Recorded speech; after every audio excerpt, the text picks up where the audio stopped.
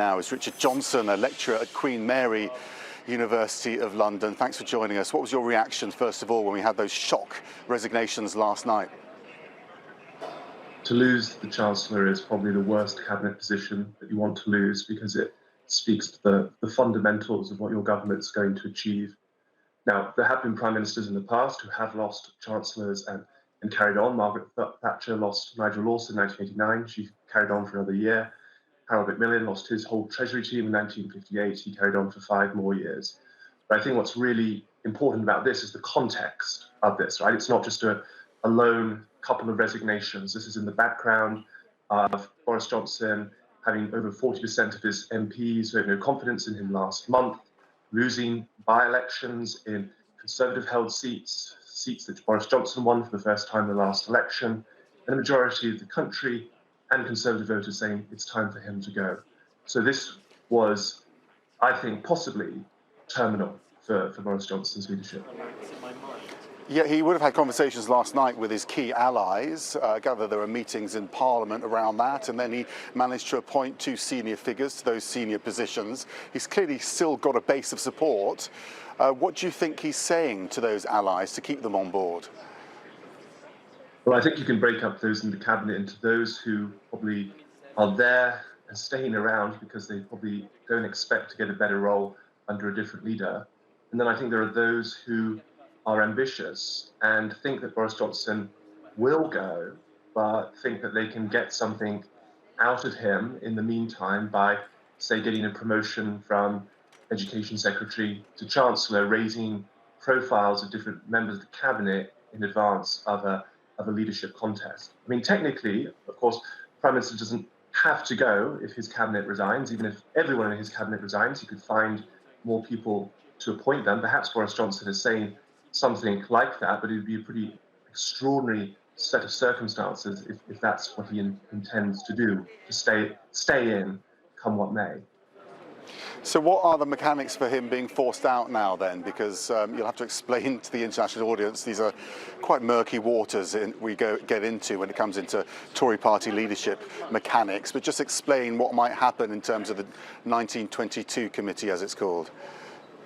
That's right. So let's say Boris Johnson says, I don't care if the majority of my cabinet resign, I'm not resigning under my own accord. You're going to have to take me out. Well, what's the mechanism for doing that? It's a vote of no confidence from all of the Conservative MPs. They had one of those last month, and as I said, over 40% of Conservative MPs voted to get rid of him, so not enough, but a very, very significant proportion.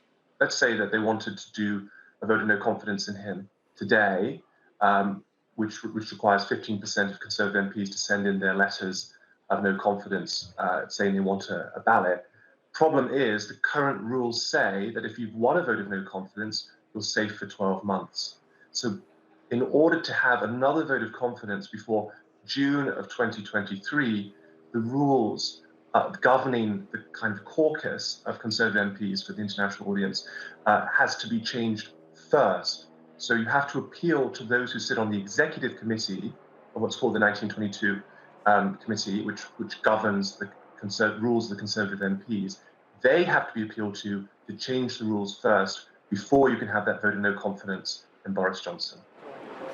If nothing else, we've got a much weakened Prime Minister, haven't we? A much weakened leader of the UK. His backbenchers are much more powerful as well. They're not necessarily of one group either, are they? So what does this mean for British leadership in the world? I mean, I think Boris Johnson he's tried to project strong leadership with, say, respect to the situation in Ukraine and on the international stage. And to an extent, I think that has had some effect in assuaging some concerns among some Conservative MPs, certainly perhaps back in the spring when things looked pretty bad in the Partygate situation. But I'll tell you what, I think the problem for Boris Johnson now is he has no real deep reservoir of support in the country.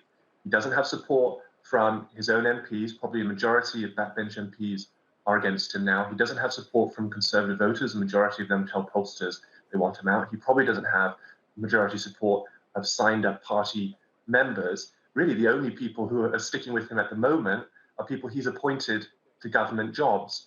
And I have to say that I think if you quizzed them in their heart of hearts, there's probably a much higher proportion of those who don't have confidence in him than we know at the moment. So I just think wherever he turns, he's pretty he's in a pretty bad situation. And even if he has this sense of determination to carry on, I just can't see it anymore. Okay, Richard Johnson, thank you. These things can move very quickly, as we've seen for the last 24 hours. So we're going to keep across all those developments coming out from here in Westminster.